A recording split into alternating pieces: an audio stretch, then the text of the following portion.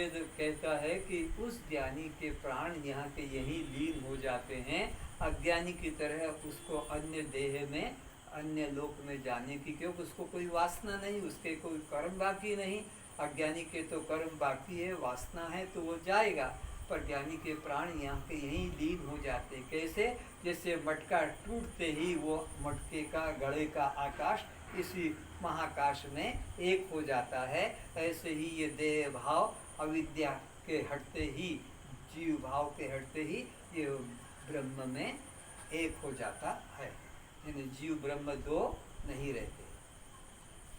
पूर्ण काम ज्ञानी के प्राण देह नाश पश्चात अज्ञानी की मृत्यु सदृश्य किसी अन्य लोक या शरीर में नहीं जाते हैं, बल्कि यहीं अपने मूलभूत तत्वों में लय हो जाते हैं। ज्ञान एवं कर्म का समुच्चय नहीं होता, इसका परस्पर अग्नि एवं जल या प्रकाश एवं अंधकार के सदृश विरोध है। कैसा विरोध है? जैसे प्रकाश हो अंधकार का, ऐसे विरोध है, एक साथ दोनों नहीं होते। कर्म उपासना वेद भाव से संपादित होते हैं, जैसे मैं कर्मों का करता हूँ तथा मुझसे भिन्न मेरा भगवान इसका फल दाता है। ये है द्वैत भाव, ये है भेद भक्ति, ये कर्म उपासना इस रूप में होता है। जबकि ज्ञान अद्वैत भाव से संपादित होता है, मैं ब्रह्म हूँ, मेरे अतिरिक्त अन्य किंचित भी नहीं है। तो अद्वैत भाव ज्ञानी का होता है और अज्ञानी का द्वैत भाव। द्वैत भाव में मैं करता हूँ, कोई अन्य फल दाता है, पर ज्ञानी जानता कि मेरे अलावा कोई अन्य देव देवता फलदाता नहीं, मैं खुद ब्रह्म हूँ। इस प्रकार एक अंतःकरण में एक समय दो विरोधी निष्ठा नहीं रह सकती है। देह से भिन्न कर्ता भाव रखने वाला ही कर्म का अधिकारी है। कर्म का अधिकारी कौन बनेगा? जो अपने को देह से भिन्न जानेगा, वही कर्म का कर्ता बनेगा। जीव मानेगा, वही अपने को कर्ता बनेगा। पर ज्ञानी के मन में तो यह जीव भाव नहीं है, इसलिए, और देव भाव भी नहीं है, बल्कि ज्ञानी अपने को देह से भी और जीव से भी अलग साक्षी रूप से जानता है, उसके लिए कर्म करना कर्तव्य नहीं। मैं कर्ता भोक्ता आत्मा हूँ, ऐसी भ्रांति ज्ञानवान को होती नहीं। तो जिसको ऐसा भ्रांति है कि मैं जीव हूँ और मैं कर्ता भोक्ता हूँ, वही कर्म का अधिकारी है। पर ज्ञानी को तो ये भ्रम होता नहीं कि मैं कर्म का कर्ता या भोक्ता हूँ, इसलिए ज्ञानी को कर्म उपासना कर्तव्य नहीं। देह में मैं पाने की आत्मबुद्धि संग भ्रांति अज्ञानी को होने पर देह के धर्म, जाति, आश्रम, नाम, रूप, अवस्था, संबंध, परिणाम अपने में प्रतीत होते हैं। अज्ञानी की तरह ज्ञानवान को देह में आत्मबुद्धि नहीं है।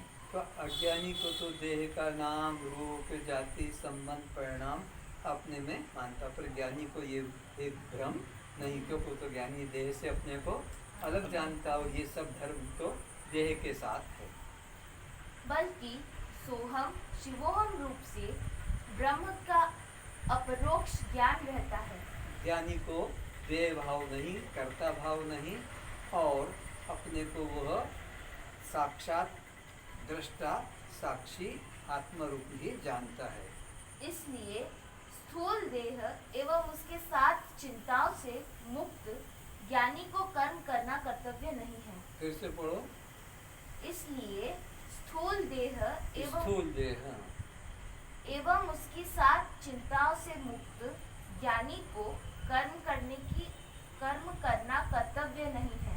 तो ज्ञानी को देह भाव नहीं है, और उसको पुण्य पाप भी नहीं, कर्ता भाव भी नहीं, इसलिए उसको जरूरत नहीं। ज्ञान को छोड़कर कर्म उपासना में जाने की आवश्यकता नहीं।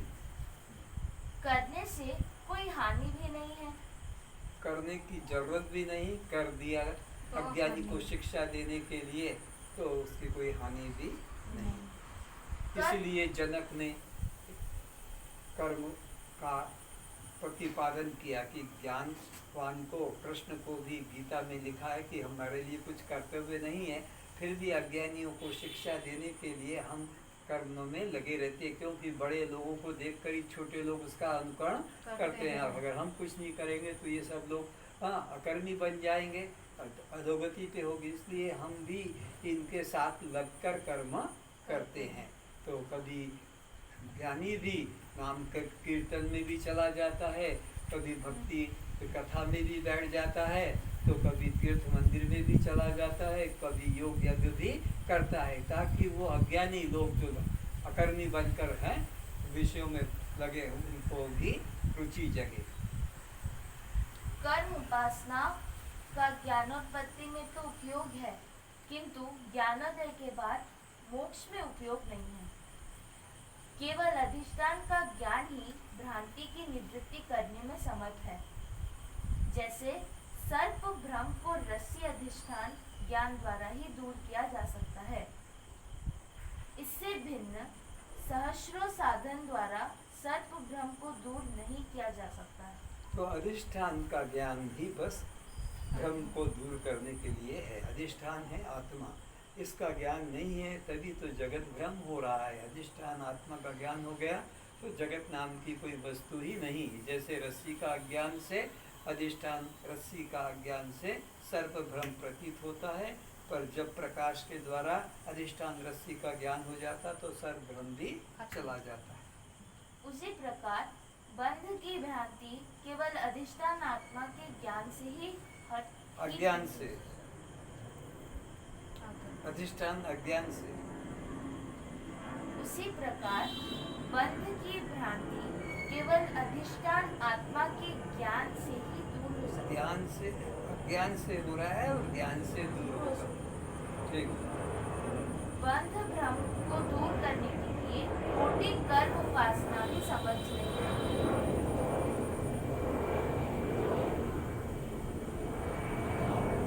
बंध भ्रम को दूर करने के लिए कोटि कर्म उपासना भी समर्थ नहीं है। ज्ञान का फल मोक्ष जो स्वर्ग की तरह लोक विशेष अदृष्ट माने तो वह वेद वाक्य विरुद्ध एवं नाशवान होगा, क्योंकि परिच्छिन्न पदार्थ नाशवान होते हैं एवं ज्ञानी के प्राण अज्ञानी की तरह मृत्यु उपरांत अन्य शरीर को प्राप्त नहीं होते हैं।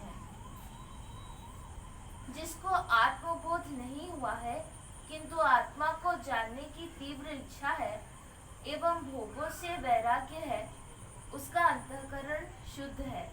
ऐसे उत्तम जिज्ञासु को आत्मबोध हेतु आत्मज्ञान का ही श्रवण मनन निधिध्यासन करना कर्तव्य है। कर्म उपासना का फल तो उसे आत्म जिज्ञासा के रूप में सिद्ध होती है।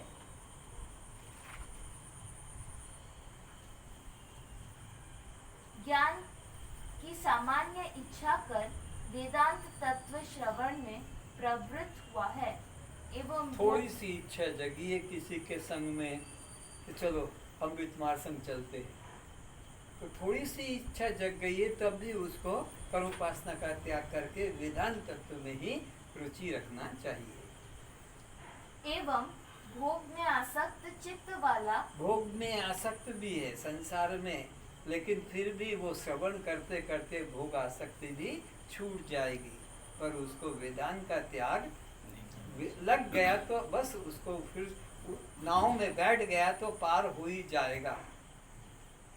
भोग में आसक्त चित्त वाला मंद जिज्ञासु भी वेदांत श्रवण मनन का त्याग कर कर्मोपासना में प्रवृत्त नहीं होना चाहिए।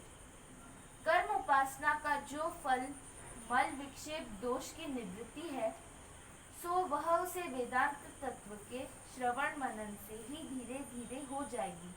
अंतःकरण का दोष दूर होते ही इस जन्म या अगले जन्म में इस लोक या इष्ट लोक में दृढ़ ज्ञान प्राप्त कर मुक्ति प्राप्त कर सकेगा। तो जिस व्यक्ति के अंतःकरण में ब्रह्म जिज्ञासा नहीं भी हुई है, लेकिन अगर वो वेदांत में आ भी गया है किसी के संग से, प्रभाव से, और भले उसके अंदर काम क्रोध विकार है, तब भी उसको वहाँ से हटकर वेदांत तत्व को छोड़ के जाना नहीं चाहिए, बल्कि वेदांत तत्व के ही बार बार श्रवण मनन अभ्यास से वह उसका चंचलता विकार भी दूर हो जाएगा और अंदर से ब्रह्म में निष्ठा भी जग जाएगी और काम क्रोध लोभ भी समाप्त हो जाएंगे। आज इतना ही। सर्वे भवन्तु सुखिनः, सर्वे भवन्तु सुखिनः, सर्वे सन्तु निरामयाः, सर्वे सन्तु निरामयाः, सर्वे भद्राणि पश्यन्तु, सर्वे भद्राणि पश्यन्तु, मा कश्चित् दुःखभाग् भवेत्, मा कश्चित् दुःखभाग् भवेत्, सब सुखी रहें, सब सुखी रहें, सब निरोग रहें, सब निरोग रहें, सभी रूपों में सभी रूपों में एक चैतन्य आत्मा को देखें, एक चैतन्य आत्मा को देखें, सभी रूपों में सभी रूपों में अपने को पहचाने। अपने को पहचाने। इसलिए किसी भी प्राणी के प्रति इसलिए किसी भी प्राणी के प्रति मन में भेदभाव ऊंच नीच भाव न लाएं, मन में भेदभाव ऊंच नीच भाव न लाएं, अपने तरफ से अपने तरफ से मन वचन कर्म के द्वारा मन वचन कर्म के द्वारा किसी को कष्ट न पहुँचाएं। किसी को कष्ट न पहुँचाएं। यदि हमारे मन वचन कर्म से यदि हमारे मन वचन कर्म से किसी को कष्ट मिला है, किसी को कष्ट मिला है, दुख मिला है, दुख मिला है, वैर भाव हुआ है, वैर भाव हुआ है, तो उससे क्षमा याचना करें, तो उससे क्षमा याचना करें, वो हमें क्षमा करे।